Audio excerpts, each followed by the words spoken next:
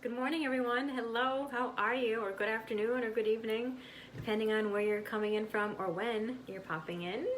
So I'm Kelsie Michaud, health and life coach, and today we're talking about 5 ways to reject that diet mentality and love your body. So I've been hearing this actually lately about things that diet culture throws at us, and then things that intuitive eating throw at us, and we're like, okay, what's what am I doing? Am I eating intuitively, or am I just stuck in that diet mentality? And more often than not, I'm hearing people are stuck in that diet mentality, and it's really not a healthy place to be. I hear it just people on social media and from my own clients when I'm having conversations with them, and I catch them and I'm like, oh, that's diet mentality right there. Or I catch myself too. I admit I'm certainly not perfect, and I catch myself, but when I catch myself, I try to learn from it. So wherever you're coming in or when you pop on, please say hello. I'd love to know you're here. And if you happen to catch the replay, #replay, so I know you're here as well. I would love to be able to say hi to you. And if you have any questions at all, just pop it in the comments for me. I am very happy to answer your questions for you. So it's a little chillier today. It's starting off, it's getting really fall a lot more here in Rhode Island, and I have my nice warm coffee today. And I actually, today I made a little concoction. I threw in added some cinnamon to my coffee because besides the fact that I love cinnamon, and it's that time of year for it, it actually helps regulate your blood sugar. So cinnamon is great to add to anything, anytime you can, I think. And I also threw a couple drops of some nice peppermint essential oil in there because it really helps to just invigorate you and wake you up. And when you ingest peppermint oil, it actually promotes a healthy respiratory system and helps, clear that breathing for you, kind of like that menthol effect. And peppermint oil is also great for your digestion. It's great for digestive health, when you take it internally too. And it actually helps to reduce pain. And helps you, like if you're feeling a little sluggish or tired, kind of helps just wake you up a little bit, and it's a great anti-inflammatory. So that's my my little concoction today. And monk fruit is my sweetener of choice. So a lot of people I hear ask about that too. What kind of sugar or sweetener should I use? Monk fruit is a great choice if you're curious about that. So that was my little off to the side note this morning. So let's get right into the reasons why we should be rejecting that diet mentality, and really being kind and compassionate and loving ourselves in the process. Okay, so intuitive eating, it's become more popular lately, right? So it's really scary to think that intuitive eating, which is something that it can be so life altering, because I know it has been for myself, and it really has had an impact, and it's something that's evidence-based, that it's actually been labeled a trend. Okay, so think about it. Like, fashion is a trend, music trends, technology trends, but a way of eating consistent, and especially from a way of how we were born eaters. We were born intuitive eaters, and it helps you find this freedom from food and improve your health. I don't think it should be labeled a trend. So it's something that's ongoing.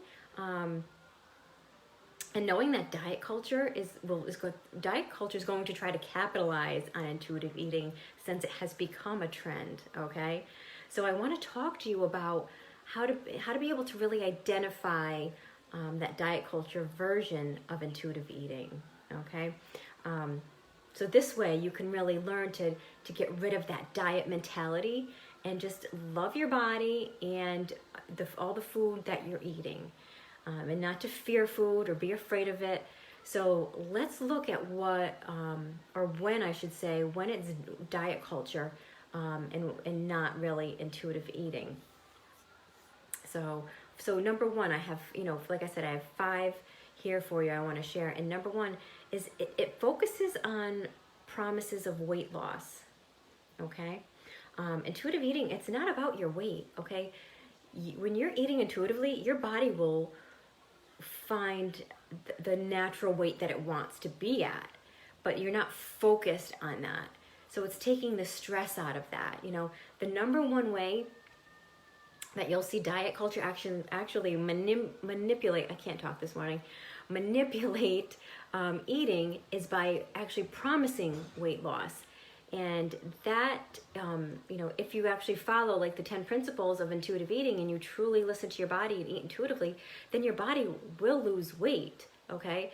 But you're not focused on that. Intuitive eating, it's focusing on changing your relationship with food. It's also about changing how you think about food, your relationship with food, how you use food, even how you feel about your behaviors around food, and all of those connections that you have with food, okay? Like your body image, your thoughts and your feelings, even around exercise, okay?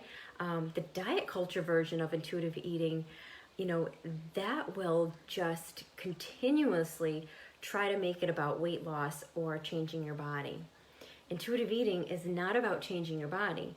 With intuitive eating, you're going to have one of three results, okay? You're going to gain weight, you're going to lose weight, or you're going to stay the same. And everybody is different, so it depends on where you're starting from, which is why you could have one of three results. And if you're not eating enough and you start eating intuitively, yeah, that's why you could gain weight, but it will level off and your body will still find its natural weight, so it's not something to fear. And we won't know what's going to happen, if we don't attach this outcome. With diet, you're trying to attach an outcome, okay? That's just going to interfere with your ability to be able to trust your body and be able to trust your body's own wisdom around food and become that intuitive eater. So if you're so focused on just changing your body, that can actually interfere with your process of intuitive eating, because it gets stressful after a while. And when your body's under stress, it's not going to want to let go anyway, okay? So it can really mess with your own ability to be able to connect to your body and become an intuitive eater, because it's hard, really, if not impossible, to honor those body cues that you're so focused on, like your clothing size or that number on the scale, okay? With intuitive eating, you can't fail. You cannot fail at it. So you have to know that the focus on weight, it's not intuitive eating, it's the diet culture, and it can be really harmful on many, many levels. Okay, so number 2, diet culture only allows eating for hunger and fullness, okay?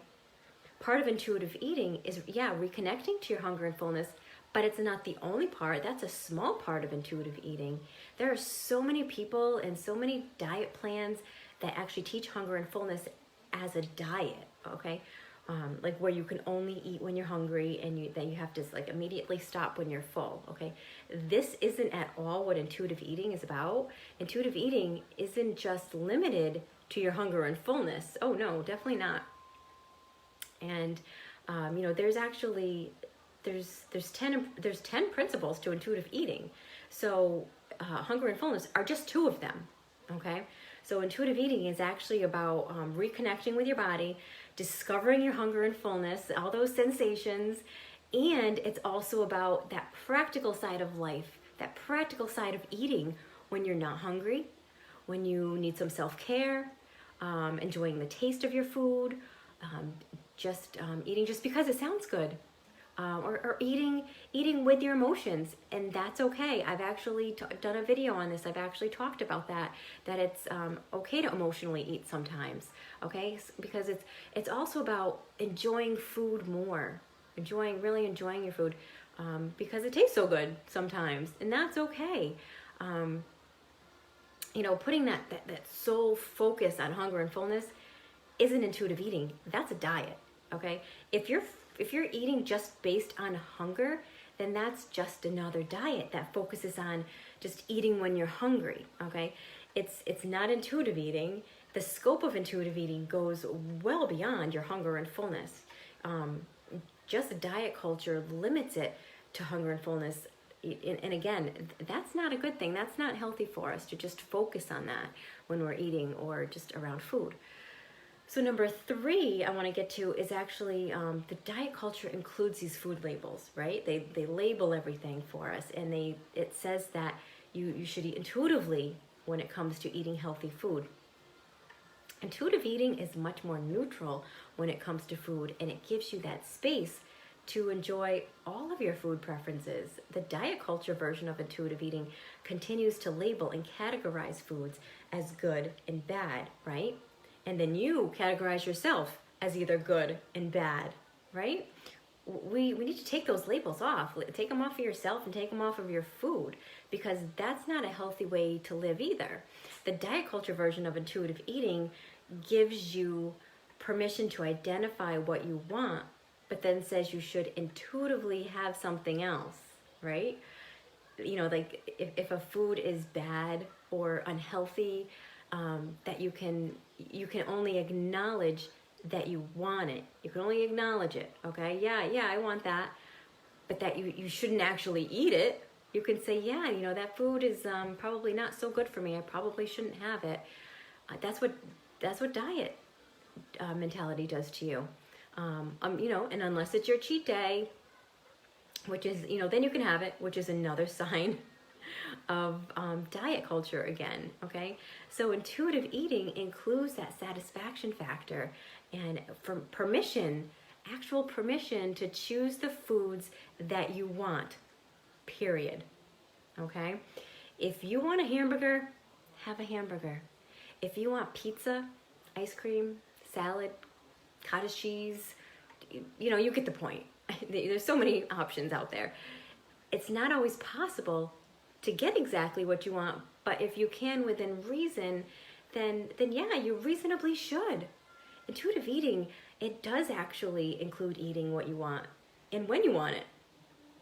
And it also, there's many other factors, and that's just holding space for you to make that body connection and the things that you really, really want or you just really desire. Diet culture, on the other hand, it manipulates this. It manipulates this to be recognizing what you want, and then either choosing something else or creating this low-calorie substitute version of what it is that you really wanted. Okay, so then you're never truly getting what you want, and then you're never really having that satisfaction factor. And that satisfaction factor is part of intuitive eating. Your body wants to feel satisfied, or it's just going to keep looking and searching for something else. So it's completely normal to fear, you know, what would happen if you gave yourself this full permission to eat, right? If you gave full permission to eat whatever you wanted when you wanted. So you believe that, you know, you would eat the cookies, and you'll eat the candy, and you'll eat the cakes and the pastas and the breads, whatever food is forbidden to you. And you believe you're just going to eat it all the time. But that's not what happens. You certainly, yes, you might at first, you might eat all of those foods a lot more in the beginning for sure. But intuitive eating, it's going to balance your eating with that permission to eat all foods, okay? So by putting that focus on labeling foods or replacing foods, okay, or intuitively choosing something else, that's not intuitive eating. That's a diet. So it's permission and seeking that satisfaction factor that creates this food neutrality for you, and it creates balance and just true intuitive eating. Hey, Angela, how are you? Thanks for popping on. So you don't have to replace, when it comes to true intuitive eating, you don't have to replace your foods or choose something else. That's not intuitive eating. That's diet culture right there, and it can be harmful, okay? So moving on to number 4, the diet culture actually includes all kinds of restriction, right? We know that. Diet culture restricts us. So intuitive eating, definitely not about food rules. They don't tell you what you want. It doesn't tell you when to eat. It doesn't tell you how much to eat. Intuitive eating helps you to actually just connect with what you want. Okay, therefore, it's creating this space for curiosity and compassion, and there's no right or wrong with it. So you're not feeling good or bad when there's no right or wrong. So diet culture versions of intuitive eating will say that it's intuitive eating, but then include restriction within there, right? So for example, you can intuitively eat whatever you want as long as it fits within your macros or your points or your calories and so on. All right. You know, you can intuitively eat whatever you want as long as you do it between this time and this time. You know, all that restriction right there. Diet, all restriction. So you can't intuitively eat and restrict. Not a thing, okay? Can't happen. So if you're restricting, you're dieting. If you're not restricting, you're eating intuitively. So the first principle of intuitive eating is actually to reject that diet mentality in the examples that I just mentioned, okay? Those are all diet mentality. So number 5, last but not least, diet culture has this time frame or like an end point, where intuitive eating is simply about just reconnecting to your body and being curious and just exploring about how you feel. It doesn't have a timeline or a time frame on it. It doesn't put that limit, okay? There's no end point and there's not a finish line that you have to cross. There's no right or wrong. You know, it never makes you feel bad. It takes time, yes, to become an intuitive eater. But part of the process of becoming an intuitive eater is that self-compassion and just allowing yourself as much time as you need, especially without any judgment. All right, you're not judging yourself. Nobody else is judging you. The time it takes to make peace with food, certainly different for everyone.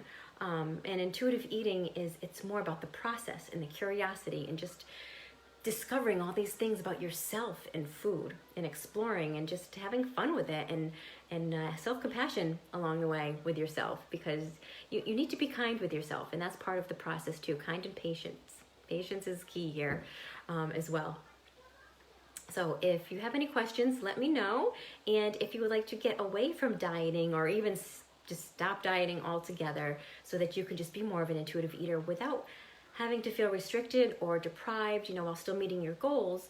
And if you're interested or would like to learn more about it, just comment below or PM me, whichever works best for you. And if there's no questions now, I'm going to hop off. But I hope everyone has a beautiful day, and I'll talk to you guys soon. Bye, guys.